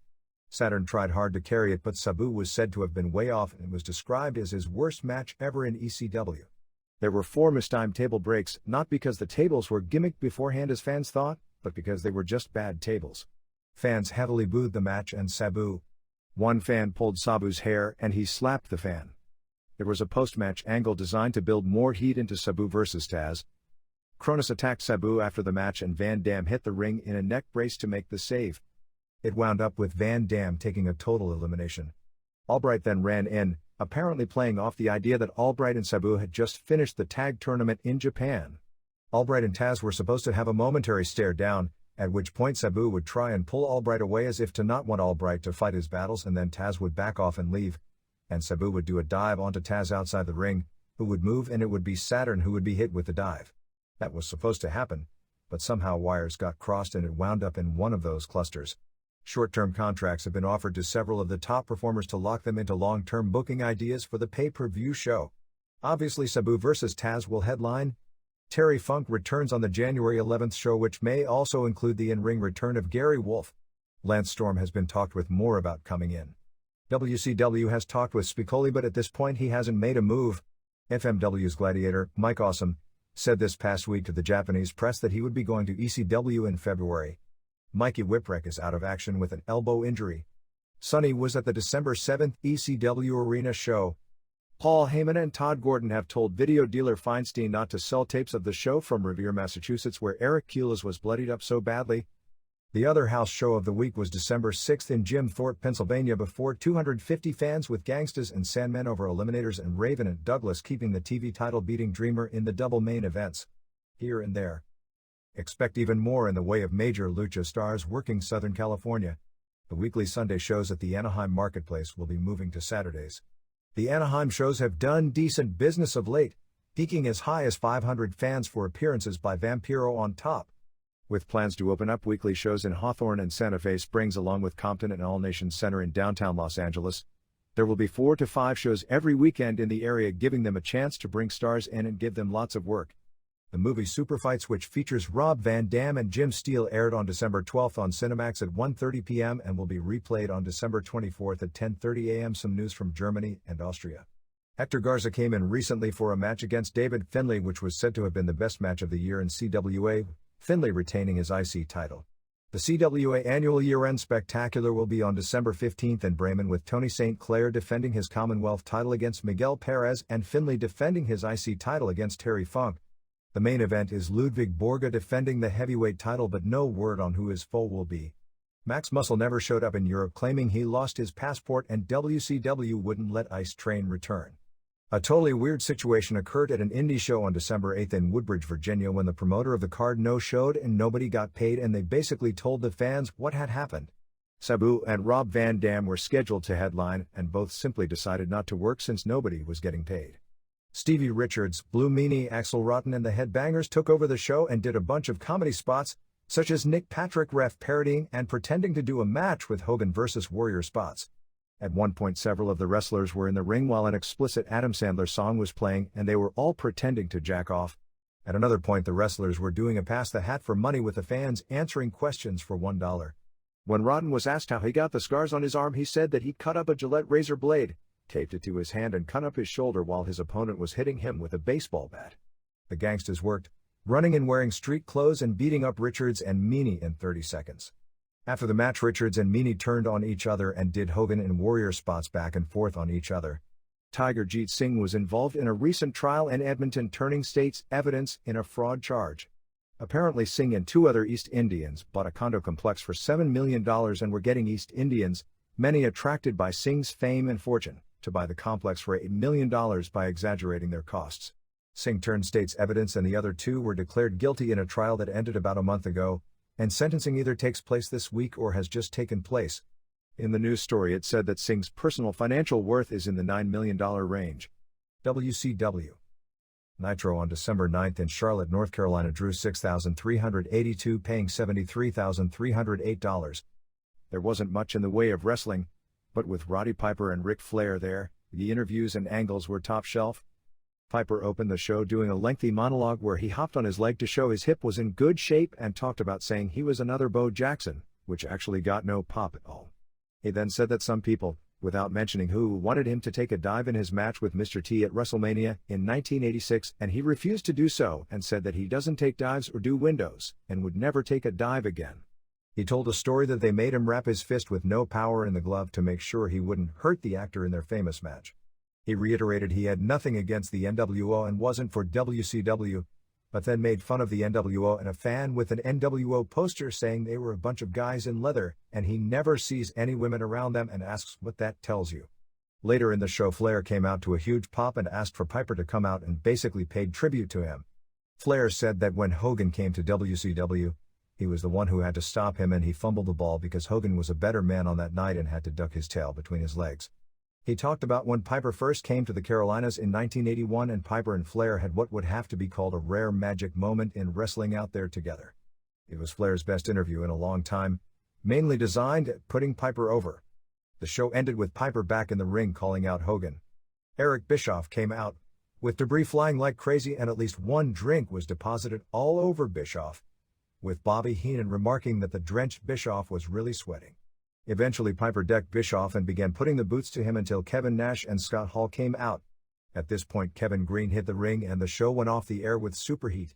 After that point came what was said to be one of the biggest pops in Charlotte of the last 20 years, when Arnold Anderson and Steve McMichael attacked Hall and Nash and basically beat them to the back, running them off for the first angle since they arrived, and it wound up with McMichael in the ring having a stare down with Green. Also after the show went off the air, Lee Marshall, having made it back from Pensacola for his Nitro party in record time, something that actually Dave Penzer joked about when Marshall showed up, did an interview with Scott Norton regarding his NWO turn which will air this coming weekend. The NWO Nitro show is slated to start either December 16th or December 23rd. The holdup is because they haven't finished the new graphics package yet. Wall Street joined the NWO. In the Nitro opener, he was wrestling Mike Enos. Ted DiBiase came down with a contract and Enos thought it was for him and accepted the offer. As this happened, Wall Street got him from behind with a stock market crash and pinned him. DiBiase then gave him the contract. They aired a video of Chris Benoit and Nancy Sullivan alluding to the idea that Nancy walked out on Kevin, although it's never been made clear yet Nancy and Kevin were together, and is having an affair with Chris.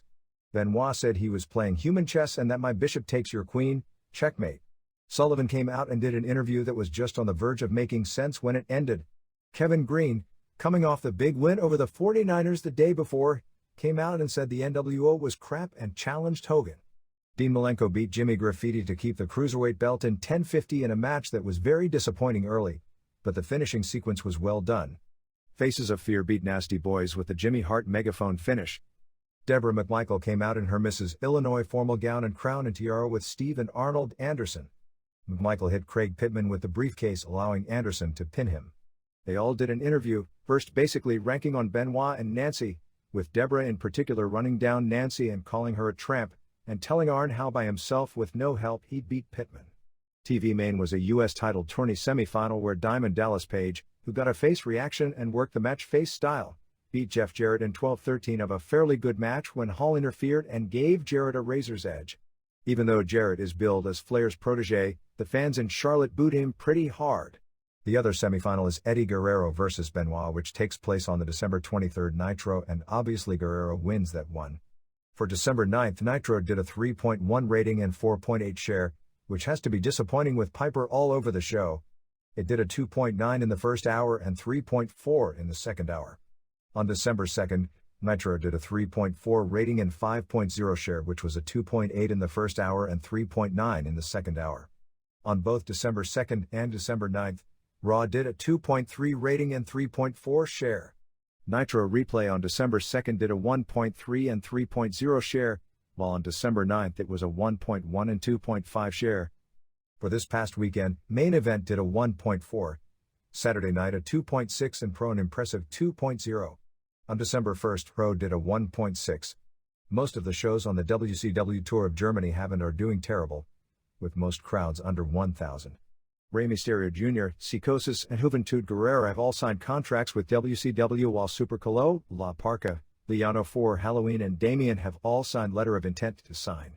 Eric Bischoff made a big play to get everyone signed immediately once he realized WWF and AAA were in bed together, since most of the aforementioned wrestlers, all but Halloween and Damien, had contracts with AAA.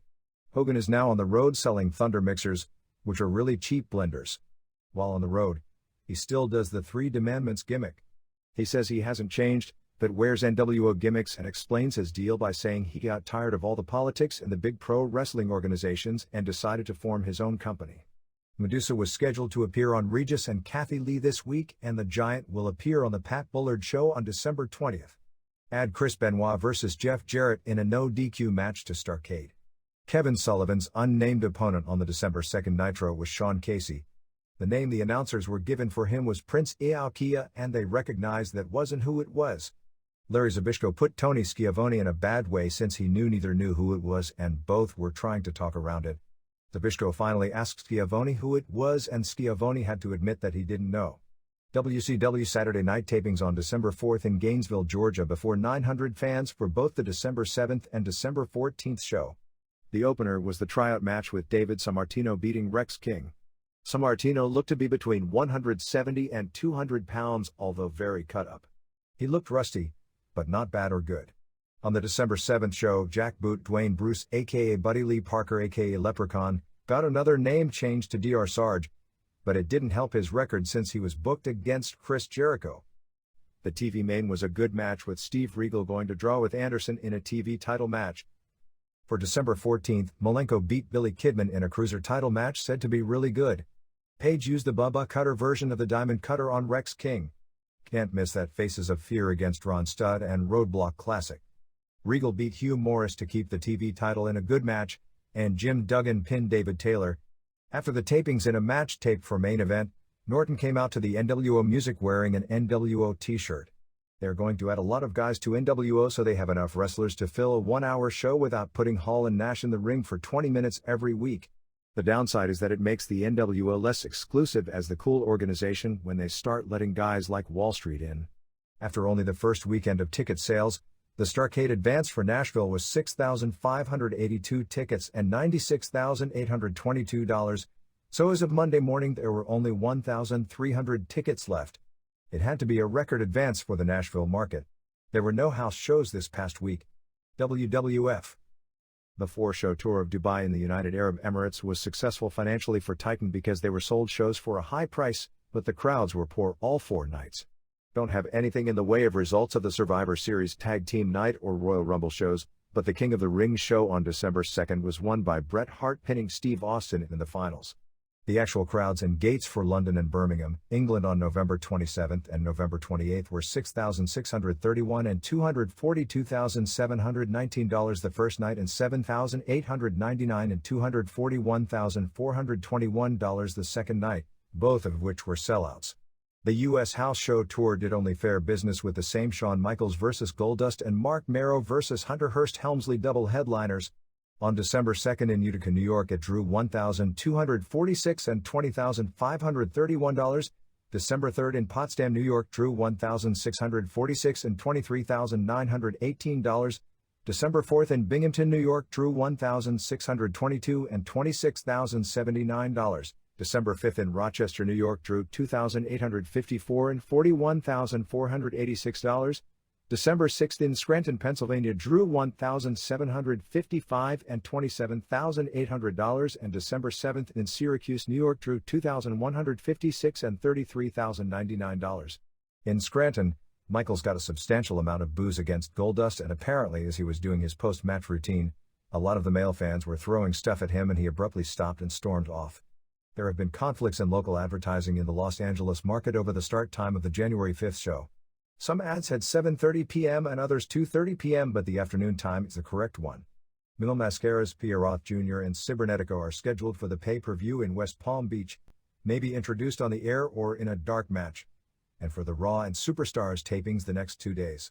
The Hollywood Reporter had an ad from the WWF looking for a director of media relations. Not sure exactly what the concept is for the Shotgun Saturday Night show other than it won't be a traditional wrestling show. They have cleared somewhere between 10 and 20 stations, all in major markets, although they are still keeping nearly everything about the show secret, including the stations, the concept, and even the location where it'll emanate from. The belief is that it'll revolve around several New York City nightclub locations, perhaps including the China Club, Webster Hall, Club Expo, and the All-Star Cafe, and that AAA wrestlers will be appearing on the inaugural show. Supposedly it won't be that much like an ECW show because the stations they are on won't allow blood, chair throwing, or heavy violence. The show is expected to be pushed hard for syndication at the NATB convention in January, and they are trying to make the Saturday night tapings the in thing to be at in New York City. Initial reports on Ahim Albrecht, who worked as Brachus all week against Tom Pritchard in a hood, were encouraging. WWF is claiming in 0.8 buy rate for Survivor Series, which is well above the early estimates we'd heard. We've heard independent source estimates vary from 0.48 to 0.65, and most independent accounts place the figure at roughly the same as what WCW did for World War III. January 25th in Madison Square Garden will be Sid vs. Undertaker, Michaels vs. Mankind, presumably a title match, Bret Hart vs. Vader, Austin vs. Goldust, Helmsley vs. Mero for IC title, Ahmed Johnson and Savio Vega vs. Farouk and Crush and no DQ match, Billy Gunn vs. Bart Gunn, Owen Hart and Davey Boy Smith defend against Godwins, and Rocky Maivia vs. Salvatore Sincere. The Triangle match with Bret Hart, Sid and Michaels for the title on January 31st at the Sky Dome in Toronto had an incredible 10,623 tickets and $190,226 advance.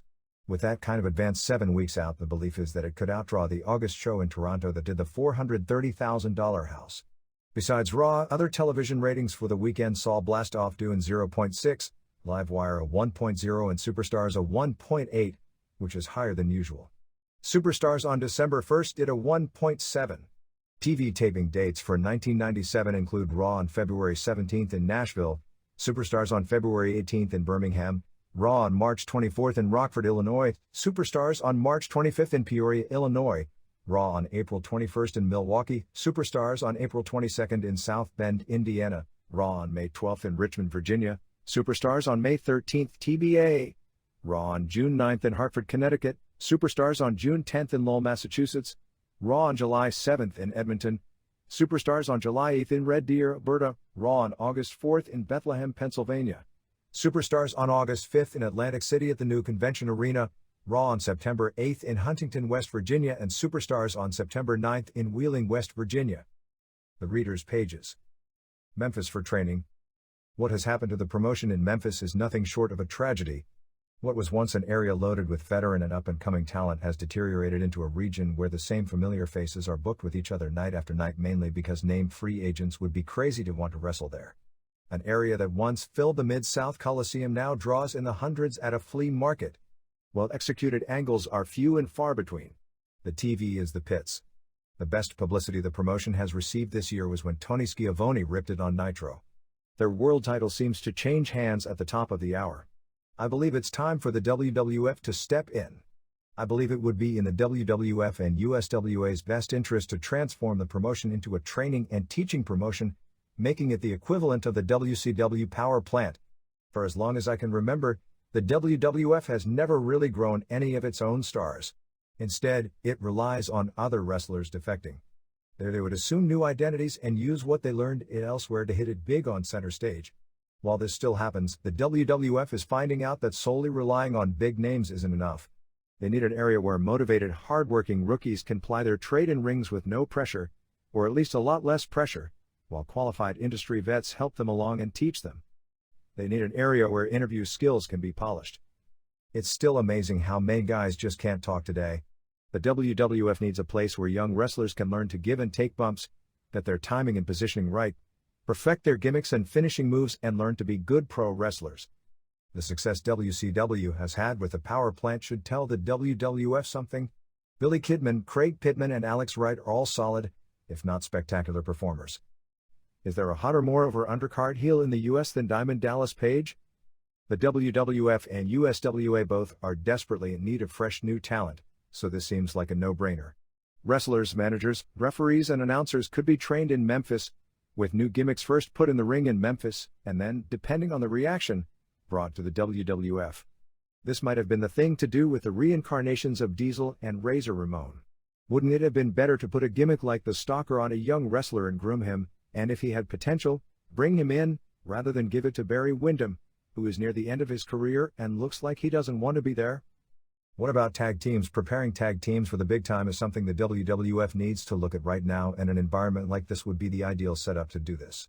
Memphis may never be like it was in the late 70s to mid-80s, but there is no reason it has to be so embarrassing that Jerry Lawler wins the world title for the 79th time at a flea market before 268 fans. While WCW has effectively used AAA and New Japan to accentuate its already deep talent pool, the WWF has plodded along, continuing to pick up free agents, always looking for the new quick fix, and hoping to stumble onto the next Undertaker gimmick. The WWF is in need of an area where its younger, lesser-known wrestlers and hopefuls can go, take their lumps, learn, and come back stronger the next time. With its long wrestling tradition, Memphis seems like a great place to do this. Fans would see a product no worse than what they are getting now, and simultaneously, be an integral part of building the future of the business. I nominate Mark Lawrence of World Class and Tom Miller, the voice of the Greensboro Coliseum, to your Hall of Fame. Sean Flanagan. Los Angeles, California. TV Guide article. Just finished reading Joe Queenan's rip on the Monday Night Wrestling Wars in TV Guide called Get a Grip. Funny how his article seems to be almost as much of a work as anything seen on either of the programs he so quickly labels as being seriously harmful to kids. Milton Bradley is sponsoring violence and women are being degraded, he shouts. What a hypocrite. Unless of course no children in this country ever see any of those Tanda shots on page 4 of TV Guide every week, not to mention the highly visible and always present Benson and Hedges 100s ad on the magazine's back cover. Why should the pro wrestling industry be held any more accountable than the bought and paid for form of entertainment media of which he is part? John Drake. Athens, Georgia. PWI Top 500. Slowly but surely the Pro Wrestling Illustrated Top 500 moves away from being totally ridiculous to being only slightly absurd, kind of like WCW and WWF doing more shoot angles like the NWO and Jim Ross tirade. The list is moving toward reality, if there is such a thing. But these ratings are still about as accurate as a movie villain's gunshots at the main action hero. The top 10 consists of one Japanese wrestler, Kenta Kobashi, at number 4. Number 4 this year after being number 64 in 1994 and number 28 in 1995. I wonder how many gifts Bill Apter got for making Kobashi the highest-rated foreign wrestler in the history of his poll. Although the top 10 still has 8 wrestlers from the WWF/WCW monopoly, only Kobashi and Sabu, it was nice to see Rey Mysterio Jr. 7, ranked above Hulk Hogan 8, and Ric Flair 10. Of course, having the giant number 2 and Ahmed Johnson at number 5, and people want to get rid of affirmative action, reminds his readers where they really are. But all in all, it wasn't too bad. Then we get to the rest of the list. Lex Luger 17, ahead of Chris Benoit 18. Has Luger even done a wrestling move in the last 3 years? Jeff Jarrett 26, in front of Mitsuharu Misawa 28. Why downgrade someone just because they can't lip sync in English? How about Jerry Lawler 31, ahead of Great Muta 32, Owen Hart 33, Too Cold Scorpio 35, Nobuhiko Takada 36, Jushin Liger 38, Psychosis 39, Ultimo Dragon 41, and Chris Jericho 42. Antonio Inoki 52 is rated ahead of Juventud Guerrera 60, Toshiaki Kawada 62, and Steve Williams 68. Repeat after me. The Muhammad Ali match was in 1976. The year is now 1996. Hey, Mabel is number 53. Isn't this pro wrestling? Not which person contributes the most to McDonald's profits. Giant Baba must have had a great year as he moved up from 248 to 85. Famous for his judo chops and Bigfoot. Doesn't wrestle as regularly as he used to, but is still very effective when he does. Excuse me.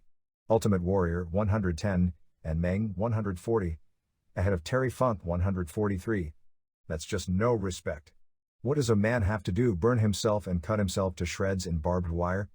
Ian Rotten is 178. Never mind.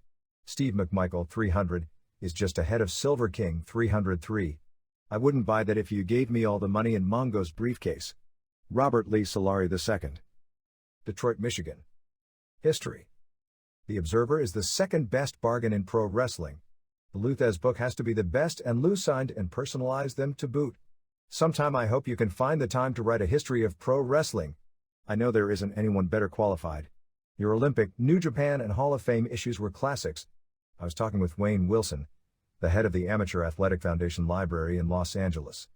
He used the Observer as the basis for a list he's preparing for former Olympic game competitors who went into pro wrestling.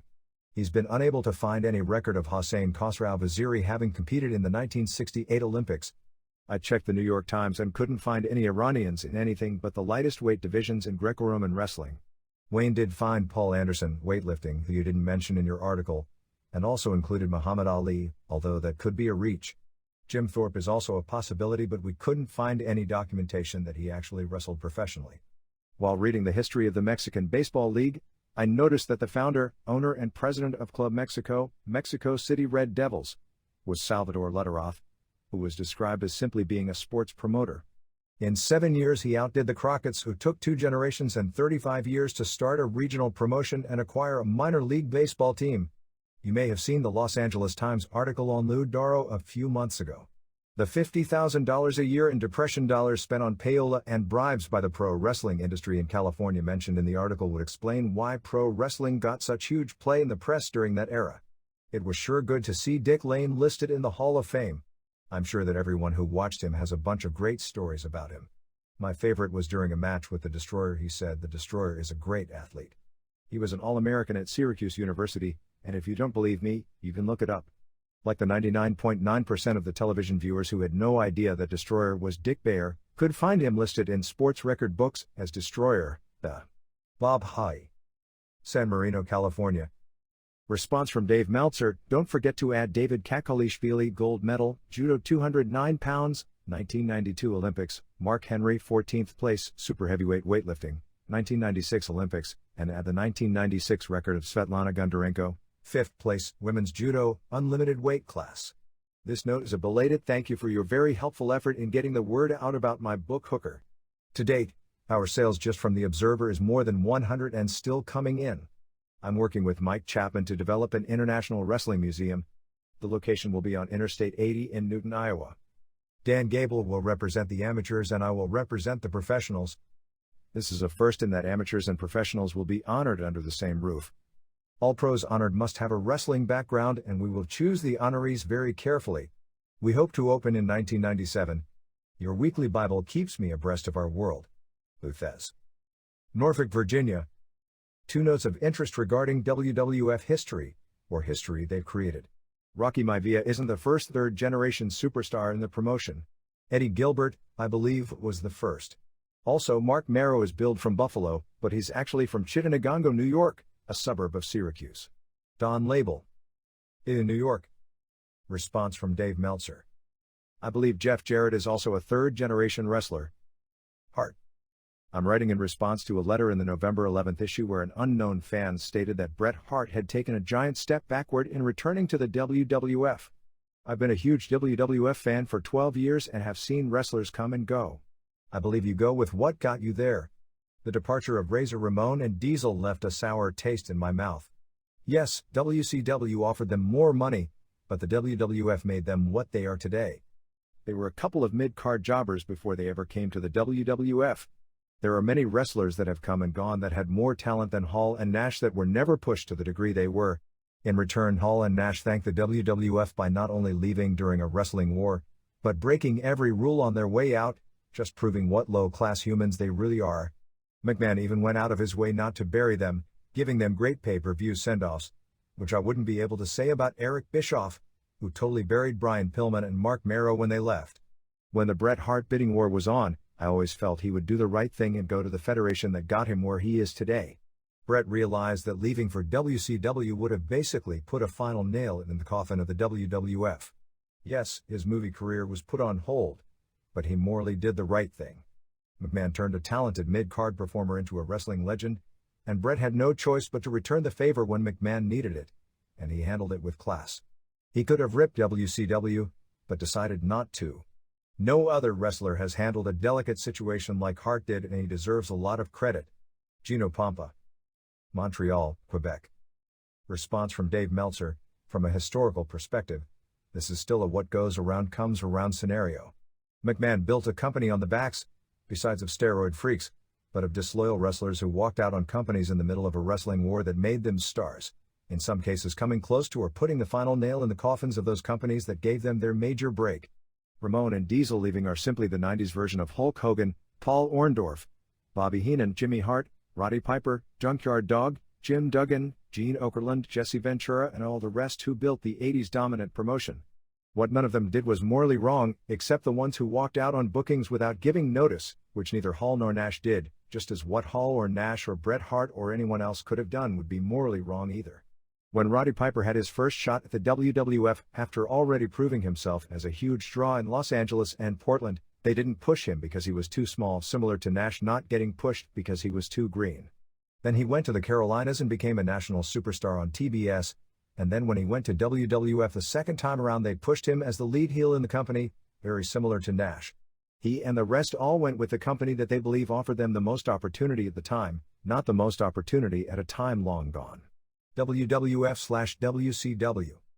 Being one of those people that have wonderful jobs that require sleeping days, I was just awakened by a misguided friend who, with uncontrolled enthusiasm, wanted me to watch WCW Saturday night because La Parka was wrestling Chris Jericho. I turned on to watch the one Mexican wrestler, who because of size, work rate, charisma and great gimmick could make money for the company, be turned into a Saturday afternoon jobber. Whoever is booking this company has the dumbest wrestling mind in the history of the business. It's hard to believe, but these guys are so bad they've made me appreciate Vince, who needs strong heels McMahon. Wrestlers have been trying to pull off Villano 4's mask for 16 years in Mexico, but WCW unmasked him in 2 days and the announcers couldn't even remember his name. It doesn't matter how much money they throw around or how high their TV ratings are or how much they have in bars after the shows. Everything they touch turns to mud, and everyone who signs with them is prostituting their art. Conan should have gotten a lot more than $50,000 each for his boys. You sign your guys up for jobber money and you're a jobber. Have you noticed who they've got feuding with their two hottest wrestlers, Nash and Hall? Harlem Heat and Faces of Fear. Hulk Hogan may be a lousy wrestler and a jerk, but he rates with Einstein, Voltaire and even John Williams when it comes to staying on top and destroying any contenders to his position. Steve Yohei. Alhambra, California. This is the end of this conversion. Be sure to comment and subscribe. See you next time.